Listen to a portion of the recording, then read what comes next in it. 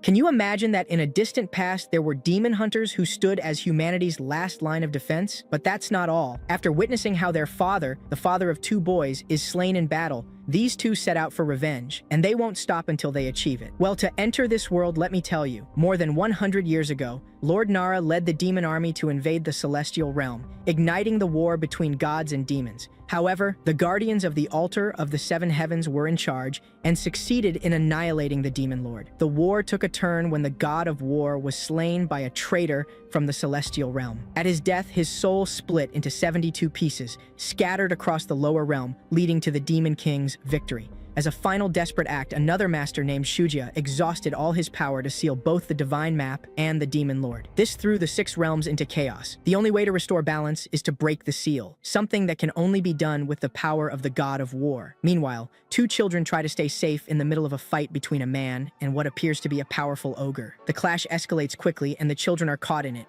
for the man fighting is their father. The boy wants to help, but his weakness only gets in the way. The man quickly gets him to safety and resumes the battle. His weapon breaks, but he uses magic to bury the ogre underground, knowing it will only buy them some time. He decides to retreat, determined to keep his children safe. He tells them that monster is called Azura, a being that kills demon hunters, and it won't be easy to defeat. To protect them, he takes them deep into a hidden temple. There, 2 swords are concealed. He asks his eldest son, Yuanzhen, to take one. As they are removed, a great power is released and the place begins to change. A small wooden box appears before them, and the father tells him to guard it. He must give it to his brother Kachan when he becomes an adult. He also leaves them the 2 swords, weapons passed down by demon hunters. He has trained him since childhood to become the master of twin blades. He believes he will be the greatest demon hunter. It doesn't take long before Azura breaks free, so they press on. The tunnel is filled with seals meant to keep demons out. At last, they reach their destination, the spiritual house of the demon hunters. Unfortunately, the seals fail to keep Azura at bay, and he attacks by surprise.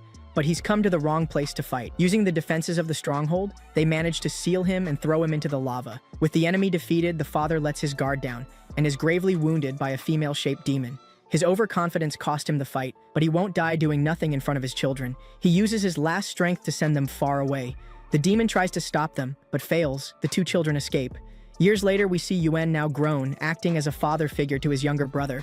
They dedicate their lives to helping others and exposing frauds who pretend to be demon hunters. They disguise themselves as monsters, capture the fakes, and interrogate them.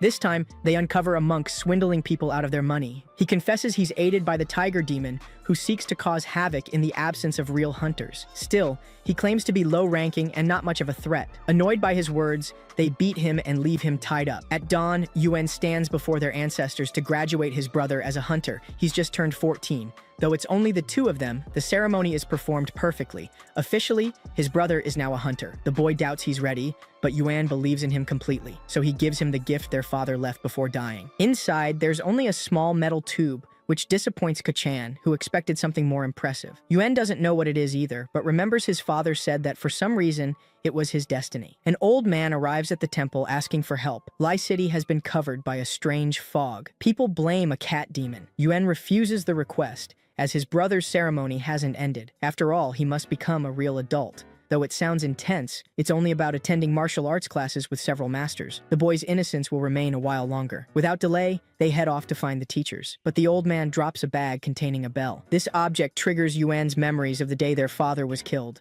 He rushes toward Lai. He wants answers. As they go deeper, the fog thickens. It's dangerous to split up, but that's exactly what happens. The cat demon appears before Yuan. He demands she explain the bell's origin and leave the town. Naturally, she responds with violence. The fog gives her the advantage, and the fight turns in her favor. To balance the fight, Yuan uses a technique that disperses the mist, exposing his foe. She tries to talk him down, but Yuan only wants to know the bell's origin. She says she simply found it and doesn't know its story. Disappointed, Yuan decides to keep investigating. The demon tries to strike him from behind, but there won't be another chance. Yuan ends her life. Meanwhile, Kachan faces the demon's brother. He has no weapon, putting him at a disadvantage, but he doesn't give up. From afar, Yuan watches. This is his brother's final test. His only weapon is a piece of wood from the ground, but it's enough to gain the upper hand. Enraged, the demon attacks with everything he's got. His blows are fast and impossible to dodge. Kachan's life is at risk. At that moment, his father's gift activates. A powerful weapon forms in his hand. He hurls it at the enemy, unleashing a wave of energy that reaches other realms. Now everyone knows a great power has awakened. After the attack, Kachan loses consciousness. The demon, still alive, tries to escape, but Yuan stops him and asks where he got the bell. The cat confesses that Sumire gave it to them, promising that as long as they rang, those two would appear. For some reason, the sound hypnotizes him, letting Yuan extract more information. The demon keeps repeating, "Kill the demon subjugator and take the soul fragment." Moments later, the bell enters his mouth and makes him explode. In the distance, two unknown figures had been watching. They now move into action. Our protagonists are safe. Yuan congratulates his brother, who fought bravely and won. He is now ready and wields his father's special weapon. Though everything seems fine, Yuan is still haunted by the soul fragment. The staff returns to its original size, and they don't know how to use it anymore. Just then, the two unknown figures arrive. They confirm they've finally found what they were looking for, Kachan's weapon. It seems the fight is far from over. Unfortunately, Yuan was injured by the previous explosion. The strangers seize the opportunity and demand they hand over the weapon. They try to resist, but in their condition, fighting is futile. Surprisingly, despite having everything against them, the brothers refuse to hand over the object and choose to fight. Luckily, one of the strangers steps in and clarifies that they have no ill intentions. To prove it, he heals Yuan, calming the tension and allowing for a civil conversation. The girl explains that she only wants what belongs to them, as Shenzhen iron is rightfully theirs, a weapon once wielded by the god of war. The strangers introduce themselves as envoys from the fairy clan, Saro and Ju. Once introductions are done and tempers ease, they explain that the god of war was killed 100 years ago. Their mission is to find the 72 fragments of his soul and resurrect him. Only then can the seal of the virtual space be unlocked. The key to locating one of those fragments is Kachan's weapon, as, being a divine object, it can sense their presence. This makes sense of the cat's final words, which hinted at something similar before dying. That object might be their only chance of finding Sumire, which is why Kachan refuses to give it up. Saro explains that when used, the weapon emits a pulse that can be sensed throughout the 7 realms. It's only a matter of time before the demons begin hunting them. Yuan still doesn't trust them, prompting Ju to warn that if the deity isn't resurrected and the seal isn't opened in time, the world will descend into chaos. If the demons break the seal first, their army will be unleashed and all will be lost. Kachan agrees to cooperate. After all, he dreams of a better world. He places his trust in them and hands over the gift his father left him. Yuan trusts his brother, so he supports his decision. He knows giving up the weapon lowers their chances of finding their enemy, but at least his brother will be safe. Just as they're about to leave, Ju halts them, claiming they've handed over a copy to deceive her. But when Kachan touches it, the weapon regains its power, proving only he can wield it. Saro explains that Shenzhen hasn't been used for 100 years, so only a pure heart can awaken it. Kachan is now its rightful owner. They don't just need the weapon, they need the boy. Of course, there is another way: kill the current wielder. Yuan wonders if this is what his father meant when he said the weapon was Kachan's destiny. With no other choice, they agree to join and aid their new allies. With the help of his brother's powers, Yuan will search for the soul fragment. Meanwhile, the demons prepare to act. They know the protagonists are on the move. To fulfill their plan, they force a woman to do the dirty work, or her sister will pay the price. The next morning, arguments continue. Ju is irritated by the brothers' lack of manners, and Yuan doesn't hold back, criticizing the young woman's appearance, which only fuels her fury. Just then, the woman from before, apparently wounded, collapses in the middle of the road, forcing their vehicle to make an emergency stop. Yuan sees her from a distance and, without hesitation, rushes to help. To sell the lie, she faints in his arms. He quickly brings her to the vehicle, but Ju blocks the way. Letting a stranger in is a bad idea. Though annoyed, she insists that something doesn't feel right. Yuan continues to push, clearly interested in the woman. After helping her, he continues offering support, which irritates Ju even more. She demands the girl leave. Saro watches silently, simply asking how she got hurt. She claims she had the misfortune of running into bandits. She tried to escape but was wounded. In the end, she hid until she found them. Yuan takes it personally. He's fallen for her and vows revenge on those who harmed her. The woman asks for their help, reaching the dark canyon. She fears facing the bandits again alone. Yuan sees this as fate, since that was their intended destination anyway. He tells her everything, his entire plan to gather the fragments of the God of War's soul, to a complete stranger. For obvious reasons, Ju, perhaps the only one with any sense, scolds them. This information is perfect for the woman,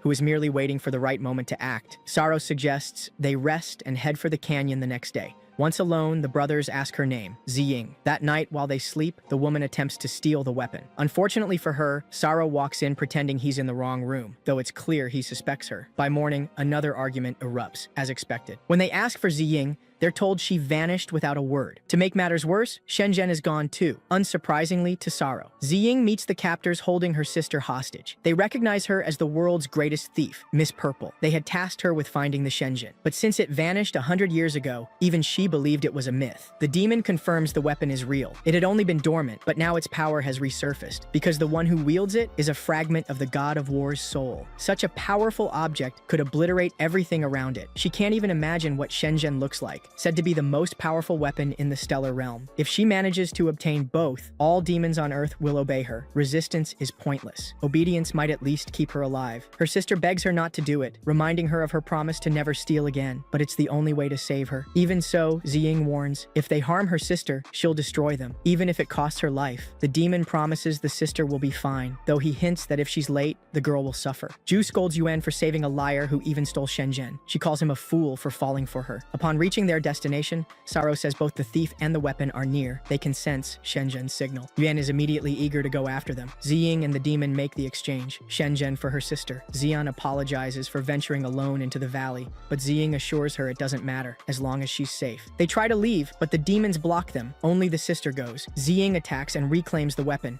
They flee, but Xian falls. She tells her sister to go on, but Ziying refuses to leave her.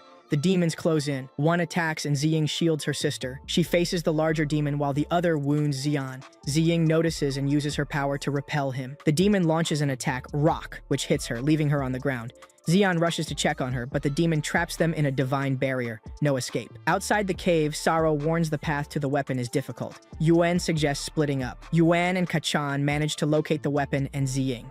Xian pleads with the demon not to hurt her sister, promising obedience. Kachan wants to intervene, but Yuan says it's not time. The demon raises the barrier and tries to touch Xian, but Ziying strikes first. He retaliates, and Xian jumps in to protect her sister, taking the blow. At that moment, Yuan, Kachan, Saro, and Zhu arrive. Zhu immediately attacks Ziying, demanding the weapon back. Yuan deflects the strike. Zhu questions why they're protecting her. They see the demons activating a shield, and one summons his army. They're completely surrounded. Saro unleashes a divine tornado that blows the demons out of the cave. One demon tries to strike the sisters and Kachan, but Yuan intercepts. Saro follows with a celestial bolt, immobilizing the demon as Kachan and Yuan carry the sisters to safety. Saro and Zhu stay behind to fight the demon. Saro warns, no attack should be underestimated. This demon holds the god's soul fragment. The demon boasts that as long as the rock protects him, their strikes are useless. But once exposed, Saro and Zhu hit him in tandem. Zhu asks if that truly is the Almighty's soul. Saro nods. Outside, Yuan realizes Xian is still breathing. She can be saved. Suddenly, the demon returns and attacks. Kachan stops him. A brutal battle begins. Both brothers are injured. The demon traps Yuan in a shield and petrifies him. Yuan, unfazed, tells Kachan not to worry. The demon hurls Kachan away, leaving him battered and lost in doubt. But Yuan's words echo. He's grown, and he will become the greatest demon hunter. That awakens the golden staff. Kachan grabs it and breaks the shield, but the demon strikes again, gravely wounding him. He tries to steal the staff, but it shrinks in his hand. Yuan seizes the moment and cuts off his arm. The demon, shocked, asks if Yuan is a descendant of the dual-blade hunter. Yuan throws the question back. Where is that person? Before he can reply, the demon hears a sound and dies. Later, Ziying asks for her sister. Saro gives grim news. The wound exceeds immortal healing, but he offers a choice. Seal her sister's primordial spirit, sacrificing her body. Ziying agrees instantly. Saro seals her inside his ring. Kachan still wonders why the staff chose him, someone so weak. His brother reminds him he was the one who saved everyone. Their journey continues as they reach a scorching city. Kachan develops a fever, his spirit overloaded by the dual souls in the staff. They enter a clothing store where the vendor mocks the girls' bodies. Ju is furious, but the vendor recognizes her and activates a mechanism that transforms the shop. Ju asks for senzu beans. He nods, and she gives them to Kachan. The vendor explains the beans' magical overload. Ju asks why it's so hot. He explains, 100 years ago, during the war between gods and demons, a flaming meteor fell into the industrial furnace, constantly increasing the heat. Sorrow says it will eventually cool, but the vendor disagrees. The city depends on the furnace. The current ruler is Fire Evil Cloud, a high-ranking demon who controls fire. Everyone must obey him. Sorrow asks Kachan to twirl the staff, and they see the meteorite react. Zhu warns Yuan. What lies ahead will be unlike anything they've faced, but Yuan is resolute. They arrive at Flame Nest, where they discover the governor on the top floor, surrounded by demons. Suddenly, Yuan crashes through the wall, facing a demonic army. Feverish, Kachan has a vision of a god battling others. The demons tempt him with demonic power, claiming he's useless without it. He refuses. The staff speaks. It will fuse with him. He awakens. The staff falls. Ziying repairs it with near unbreakable silver thread. After defeating the demons, they reach a portrait hall and face the governor. Yuan attacks, but the demon's fire responds. He's waited long for this moment. He notes Yuan's blades resist triple skin fire. Sorrow pulls Yuan back and warns the governor. His fire can trigger the meteorite's energy at any time. If he gives up his soul, they could cool it forever. But the governor refuses. Instead, he proposes a blood pact. Donate blood, since they are greater immortals. Thirsting for vengeance, the demon prepares to activate the forbidden fire bite technique to destroy the immortal palace. Zhu attacks, but the demon uses a fiery whip, overheating her weapon and stealing it. Yuan declares he'll defeat him and orders Sorrow and Zhu to visit the Earth Elder. He leaves. The furnace revives and incinerates the city. Yuan battles the fire demon, striking with might. The demon retaliates, but Sorrow conjures an ice wall. Still, the demon wounds him. With Sorrow's blood, the demon draws a symbol to activate the spell. Zhu and Sorrow realize fire meteors will fall again, and they do. Kachan saves a girl. Ziying shields them from falling debris. After the meteor storm, a quake shakes the city. Sorrow and Zhu seek to control the energy. The vendor tells them the only way is to steal the furnace core. Ziying decides to do it herself. She infiltrates the control room, knocking out 2 voyeurs. She threatens the secretary, who says the key is to her left, but she attacks, only to be stopped by Ziying's ring. The fire demon strikes again, collapsing the building. Zhu and Sorrow fight him to buy time. Ziying strangles the secretary, gets the elevator key, but is warned. If she succeeds, she'll never escape alive. She enters and activates a sensor,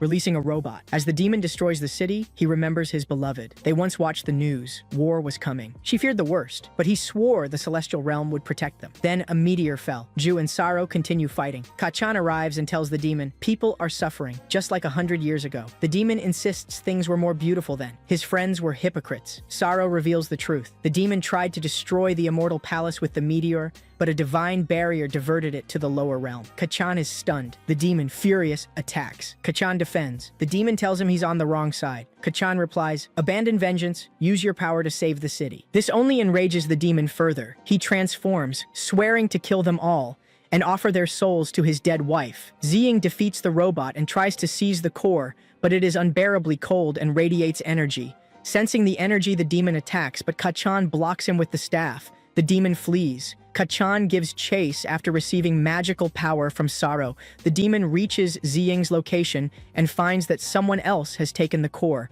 A battle ensues, and the demon suffers a critical blow that forces him out of his transformed state. His soul is captured in a box, but the meteorite is already falling. Kachan destroys the box and absorbs the demon's life essence. The demon retaliates, but Ziying drives him away. She tries to wield the staff, but it tears her arm off, forcing the demon to retreat. Everyone watches the meteorite descend. The demon declares that the core must be destroyed to stop it, and they succeed. The governor apologizes to his wife for not keeping his promise, but she tells him that protecting the city was enough. The next day, they set off toward the village of the Stinky River. The ship suffers a power failure, and Sorrow goes to investigate. Kachan and Yuan go with him. The White Dragon power crystal is broken, but a replacement lies in a nearby mine. Yuan offers to retrieve it, but Sorrow insists on going alone. Yuan argues, and Zhu yells that he doesn't understand what Sorrow has been through. Sorrow reaches the mine and recalls his old crew. He's been here before. At the entrance, they find blood, but no bodies. Sorrow detects vital signs and they go down. They face undead creatures. One crew member is wounded and they take shelter in a chamber. A portal activates and the undead vanish. A monster appears and kills Afu. Zhu narrates what happened. A screen displays the team's vital signs. When Sorrow retrieves the crystal, it triggers a sacrificial formation linked to the demon realm. A beast materializes. Sorrow fights it and is struck down with devastating force. In his unconscious state, he reunites with his fallen crew. They urge him to return and uncover the truth. Sorrow awakens and sees everyone fighting the beast. He prepares to sacrifice himself, but Kachan activates his shield and opens a tunnel, allowing sunlight to pour in and disintegrate the creature. Sorrow vows to protect his friends with his own strength. until the day they meet again. They arrive at the Shaming River, mesmerized by its beauty. Saro tells them the river grants wishes. Ziying notes it should be full of people, but Ju explains that since the mine incident, the fairy kingdom withdrew and demons now lurk nearby. Yuan enters the river, and Kachan notices his wounds healing. They sense a presence. Yuan approaches, but the stranger doesn't respond. Yuan asks if he knows Qi Tian. His scar was made by twin swords belonging to the greatest demon hunter. He challenges the man to a duel. Ju intervenes, warning him not to pick a fight without knowing who he's facing. The stranger replies with a powerful strike. Ziying calls out his name, Phantom Impermanence. She pleads for them not to fight. Yuan is injured, and they came here to heal him. He agrees. Yuan will recover by midday, and they will fight at dawn. Back on the ship, Ziying tells the tale of Phantom Impermanence. He embedded his spirit into his sword, enraging the Demon King. But the Phantom killed him and the entire elite guard, becoming the strongest swordsman of the Demon Clan. Yuan says he's not invincible. Qi Tian once defeated him. Yuan is determined to win, because he carries that same blood. While Yuan rests in the river, Ziying approaches from behind, startling him. Yuan says each scar is a medal. He adds that his brother has grown and no longer needs his protection. But Ziying replies that his brother is just afraid of losing him, just as she and her sister lost their father. She reveals she once stole just to survive, only wanting to protect her sister. But in the end, her sister died because of her. Dawn comes, and Yuan is fully healed. Saro gives him sharp magic to enhance his agility. Yuan bids his brother farewell, telling him that when he meets someone 100 times stronger, he must use 1,000 times more courage. The battle begins. Yuan is swift and agile, but the Phantom wounds his side. Flashbacks show Yuan being trained by his father. He gradually improves, and his father is pleased. The Phantom unleashes the legendary Phantom swordsmanship, striking with immense power to break Yuan's armor. Ziying explains the armor disperses impacts, but if struck repeatedly in the same spot, it will fail. The Phantom declares he can defeat Yuan. Yuan admits the Phantom is too strong to be beaten. We see Yuan once battling a bear. Bloodied, he activates the sword's power and charges to kill it, but his father stops him with a blow to the head. Later, his father explains, sacrificing blood to feed the sword awakens the demon within. Only one can prevail. The loser will return to nothing. Yuan cuts himself to trigger blood sacrifice. He becomes faster, stronger, sharper. This reminds the Phantom of his battle with Qi Tian. The memory of his final move still lingers. With blazing red eyes, Yuan charges the Phantom but suddenly turns on Ju. From his view, everyone appears as demons. Saro freezes him, but Yuan breaks free. The Phantom drives his sword through Yuan's left shoulder, and he collapses. In his unconscious state, he sees Qi Tian and his father in a famine-stricken village. Demons arrive to devour the people, but Qi Tian slaughters them. Then he enters a cave, where crying demon children hide. An old demon begs him to spare them. They are innocent. Qi Tian asks Yuan Xin what they truly hold in their hands. He replies, to save people and slay demons. Qi Tian drops his sword, saying he can't save them all. This cycle won't end. He walks west. Later, Yuan's father leads a group to a cave. An old man appears and hands him the swords, saying, leave the future to your child. He is our only hope. Yuan awakens on the battlefield. The Phantom pulls his sword from Yuan's body, saying that next time, he won't hold back. He owes him a proper duel. Kachan rushes to embrace his brother. Yuan says he dreamed of becoming the greatest demon hunter. Later, they wonder about the secret behind the twin swords. So much remains unknown. Ju says the best place to find answers is Fengkun. Saro adds, Fengkun is the only city of deities in the lower realm, with unmatched technology and quality of life. We see young Master Tianyu bored by his 999th fiancée until number 1000 arrives. He's impressed until she removes her veil, revealing she's not entirely a woman. He runs off. Later, Tianyu confides in his uncle Yu that there is one girl in his heart. He describes her. It's Ju. He recalls the promise. She would come to him and become his bride. But why hasn't she come yet? On their way to Fengkun, Ju seems troubled. Saro asks if she doesn't want to go. Ju replies that maybe the governor never heard about the demon, and reviving Ziying might be in vain. Just then, Kachan bursts in, showing that the staff is reacting. Everyone is excited, but Ju looks displeased. They arrive at the city and pass the security checks. An announcement states the young master will marry in 3 days, and the festival begins immediately. Ju is irritated and heads to the ceremony. Along the way, she questions a woman about the bride. Guards arrive and invite them to the palace. The young master has prepared a banquet in their honor. Everyone eats except Ju, who has no appetite. They finally meet the young master, who reveals the bride is Ju. He had registered her information to automatically trigger the festival upon her arrival. Everyone is shocked. He asks if she forgot their promise. We see the flashback. Boys bullying Tianyu, and Ju stepping in to protect him. He promised to buy her all the peach ice cream she wanted. They made a promise. Ju explains things weren't as he believed. She was behind the bullies. It was all to get free food and sweets. Her idea. The young master says it doesn't matter. He gave her his heart, and now the promise has been fulfilled. Suddenly, the staff pulses again. Ju decides to wait until the wedding to confront Emperor Chongyan. The butler shows them their rooms, but Yuan says they want to explore the city. They gather to talk. Ziying asks if Ju will marry. They say no. Ju remembers the promise but brushes it off. She plans to escape. In another room, Tianyu says he won't let her go this time. Yuan and Ziying see a beautiful woman. Ziying says a thief has marked her. The thief steals her necklace, but Yuan stops him. The thief then puts the necklace on Yuan. The woman accuses Yuan of stealing it. Guards detain him, until Ziying reveals they are guests of Master Tianyu. But when the guard checks their records, he declares them illegal immigrants. The chase begins. Saro and Kachan search for the soul fragment. The staff points outside the city, but the signal flickers. When they return, the city is sealed by a barrier, no one in or out. An old man appears, saying his sick daughter awaits him. He begs to enter. Kachan pleads with the guards, but they refuse. The order comes from the young master. The old man speaks of a secret tunnel. As a child, he found a strange entrance. He leads them to it. The structure looks too new for an old tunnel, making Saro suspicious. They encounter a divine clan barrier. Saro, being a fairy, passes through and deactivates it with his blood. They press on fearfully, but unharmed. Exiting the tunnel, they arrive at a bar. Saro uses Kachan as a distraction, pretending it's a show. The old man vanishes. A woman alerts the others they must flee. Their faces are posted across the city as illegal immigrants. Strangest of all, the old man doesn't appear on any recordings. Saro suspects it was all a setup. Meanwhile, Zhu prepares for the wedding. She doesn't look happy. She tells herself it's all a ploy to buy time. The butler takes her for wedding photos. She looks miserable and refuses to kiss him. When he insists, Zhu punches him. She demands to know why he wants to marry her, knowing she lied. He reveals that, as a boy, he staged a fake fight, paying 4 boys to beat him up. In front of everyone, they did. And as he'd hoped, Zhu jumped in to defend him. His plan worked. Zhu grows even more furious upon learning she had been manipulated. Tianyu claims his mission is to protect the city, which depends on the barrier. He waited for her, and now they're together. Zhu makes it clear she did not return because of their engagement, but for the fragments. Her mission is to break the seal of the Western Heavens. Tianyu admits his mistake. He turns and embraces her, managing to create a moment that feels genuine. A photo of them is published. The city rejoices. Kachan becomes uneasy, noticing Zhu displays affection in the pictures. Saro reflects. They entered the city seeking the fragment, yet it guided them out and vanished. Then, the city was sealed. Something terrible is about to happen. Yuan and Ziying, still fleeing, don't understand why they're being hunted. Tianyu has laid a trap, and Zhu is in danger. Her mind is being controlled by the fragment. In disguise, Yuan and Ziying see the wedding announcement. Ziying steals the invitations by winning the trust of 2 men arguing over who would invite her.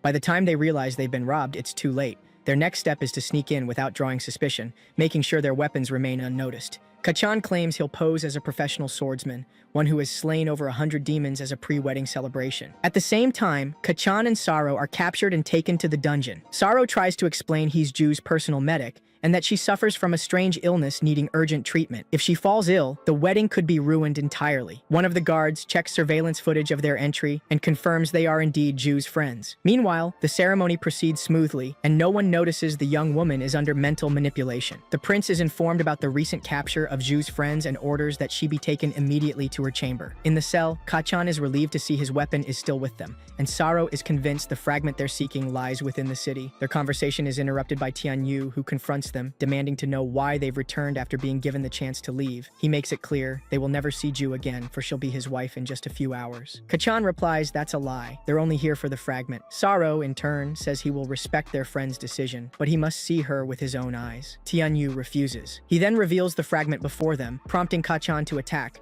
but the enemy easily overpowers him. Saro tries to step in but is struck and hypnotized with the use of a magical device. Tianyu then focuses on Kachan, traps him with his power, and attempts to control his mind. However, during the absorption, a voice interrupts the process. Kachan's power surges suddenly, and he becomes the one draining energy from his enemy. A voice echoes, "That mortal's body already has an owner." The vision leaves Tianyu shaken. He nearly loses control of his very soul. Fearing something worse, he decides to leave the boy alone and departs. though not before ordering Saro to attack. Thus begins a battle between two friends. Despite everything, Saro doesn't respond. With no other option, Kachan strikes him until he's unconscious. The pressure on the boy is overwhelming. He's alone, lost, blaming himself for his weakness. As he drowns in guilt, a voice speaks to him, asking what he's truly afraid of. Suddenly, he finds himself in another place, the realm of his own consciousness, which also serves as the prison for his power. Kachan's strength is immense, so much so that the weapon he carries acts as a seal,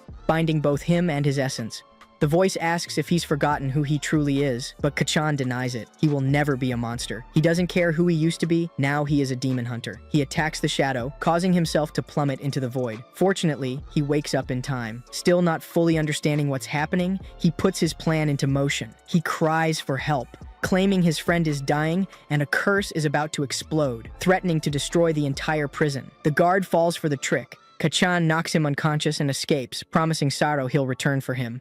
The problem is that, though he's out of the cell, the prison is a labyrinth. While searching, a man in another cell offers help in exchange for his freedom. He says this is his city, and he is Emperor Chongyan.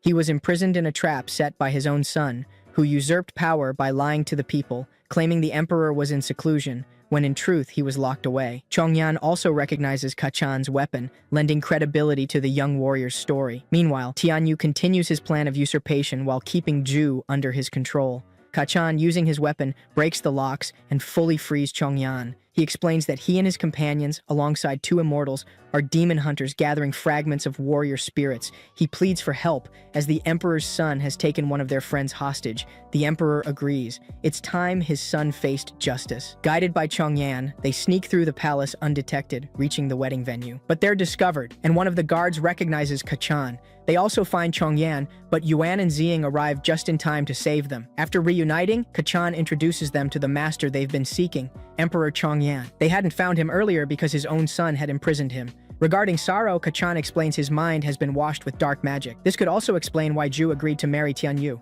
The Emperor confirms it's the effect of a mind control spell bound to the fragments. Yuan shows his weapons and asks if the Emperor recognizes them. Chongyan confirms they are slaying twice, forged from dark steel, proving his identity. Ziying remains uneasy. She senses something is still wrong. Now disguised, they enter the wedding pretending to be guests. Finally, the event begins, and the entire kingdom watches. The butler welcomes the attendees as the heroes blend into the crowd. Their plan is clear: rescue Zhu and stop Tianyu. They must also save Saro, but Kachan realizes he's already part of the ceremony, likely as part of the prince's scheme. Still, having everyone in one place makes the mission easier. The Emperor explains he can't give direct orders. Tianyu has used magic to control the army. The only alternative is to challenge him to a duel. By tradition, he must accept. First, they'll reveal the Emperor's identity to sow confusion and seize the moment to save their friends. Tianyu appears alongside Zhu to begin the marriage. As the butler reads the vows, Yuan interrupts the ceremony, declaring that Zhu does not wish to marry him and challenging him to combat. The guests whisper that Yuan is there to steal the young prince's bride, but Yuan insists this is a duel of honor. By tradition, it must be accepted. The duel begins. The crowd is thrilled. Yuan is portrayed as a madman in love, while Tianyu is the confident prince, backed by the power of love. Most bet on the prince. After all, Yuan is just a human. As they battle, the others execute their part of the plan. Ziying tries to reason with Saro, but he doesn't respond. She even hits him, trying to snap him out of it, but it's useless. The prince notices and commands him to fight. The situation escalates quickly. Fortunately, Yuan proves strong. Any slight distraction from the prince could cost him the match. Tianyu can't understand how a mere mortal can match him, but now he gets serious. His weapon's speed and range increase, placing Yuan at a disadvantage. Kachan tries to speak with Zhu, but the Emperor explains she can no longer hear him. Under the spell, she's become a walking corpse. Yuan is in danger. The prince's weapon causes status effects and begins to freeze him. If they don't act fast, his blood will turn to ice, but they must trust him. The fight continues, both opponents growing increasingly enraged by each other's resilience. Despite everything, Yuan is still at a disadvantage. His body keeps freezing. Victory seems impossible. The crowd cheers what they think is Tianyu's win, but Yuan won't give up. He'll show what humans are capable of when they break their limits. The ice melts from his body and the fight evens out. Fire and ice, the two most powerful elements, clash in the most epic of battles. The duel transcends the limits of humanity, tearing apart much of the stage. When the smoke clears, both fighters are exhausted, unable to continue. Kachan seizes the moment and reveals to all that Tianyu is a fraud. He declares that the prince imprisoned the emperor to usurp the throne and manipulated the people with dark magic. Chongyan steps forward, confirming everything. His son has committed treason, even forcing Zhu to marry him with sorcery. He orders the soldiers to arrest the traitor. Cornered, Tianyu lies, claiming his father is possessed by demons. But no one believes him. He chooses to face them all, freezing the crowd. Only Yuan remains standing, resisting the weapon's power. Tianyu begs him to stop. They must think of the kingdom's safety. Yuan knows the only way to ensure that is to kill him. But to his shock, the emperor rises, releasing a dark energy. From it emerges the one person Yuan hates most. It turns out that to protect the fragment Tianyu carries, the emperor sealed a demon inside his own body. But the entity had only pretended to be imprisoned. It was the emperor himself who had ordered his son to lock him deep within the dungeons. Though he warned that using his own body as a seal was dangerous, he did it to protect his people through a magical barrier. That was the real reason for his confinement.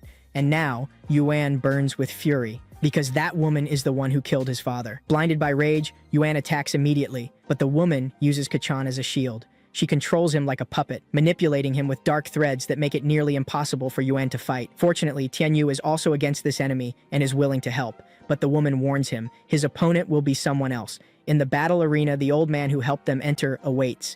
His body begins to change, revealing himself as Azura, the demon Yuan's father once faced years ago. With a single blow, he sends the young warriors flying. If they want to survive, they'll have to fight together. Kachan can only watch, still trapped under the enemy's mental control. Unable to break free, he becomes a helpless spectator. The monster faces the two warriors, who strike with everything they have. But their weapons can't harm it. To turn the tide, the prince fuses the soul fragment into his weapon. Its power surges, and at last, they manage to wound the demon. There is hope for victory, but everything changes when Azura attacks Zhu. He lunges like a beast, and Tianyu, moving with lightning speed, throws himself between them. He manages to injure the enemy, but receives a devastating wound himself. Yuan seizes the moment and finishes the job. Azura is defeated, at last. Mortally wounded, the prince apologizes to Zhu. He only wanted to protect her, though he admits that keeping her by force was a mistake. With tears in his eyes, he confesses he truly wanted her to be his bride, but he won't live to see that future. He gives her the soul fragment to protect her in his place. Tianyu dies in front of the woman he loved. Realizing the danger, Yuan urges her to take the fragment before someone else claims it. But it's already too late. The woman, using her staff's power, draws the fragment to herself and takes it. Blinded by rage, Zhu tries to attack her. But with Kachan still under control, the demon easily shields herself. One by one, Yuan's friends have fallen. The battle seems lost, but he won't give up so easily. Without wasting a second, he forms a blood pact with his sword. A new power awakens within him. The woman uses Azura's remains to strike by surprise, but she fails to stop him. Despite his growing strength, Yuan must hold on to his sanity. His weapon's power is immense, but dangerous. The woman sees this weakness and tries to break his spirit. She plunges him into a vision of the day his father died, but the plan backfires. In the vision, his father manages to reach him. He tells him to trust himself, that one day he'll become the greatest demon hunter of all. Though not that one. That's from another anime. Yuan then sees the first wielder of the twin blades, Quitian. He reveals that these weapons hold the power to slay even gods. But the true strength does not lie in the sword. It lies in the soul of the one who wields it. Faith in oneself. The will to protect those you love. That is the true power of the chosen hunter. With this knowledge, Yuan unlocks his full potential.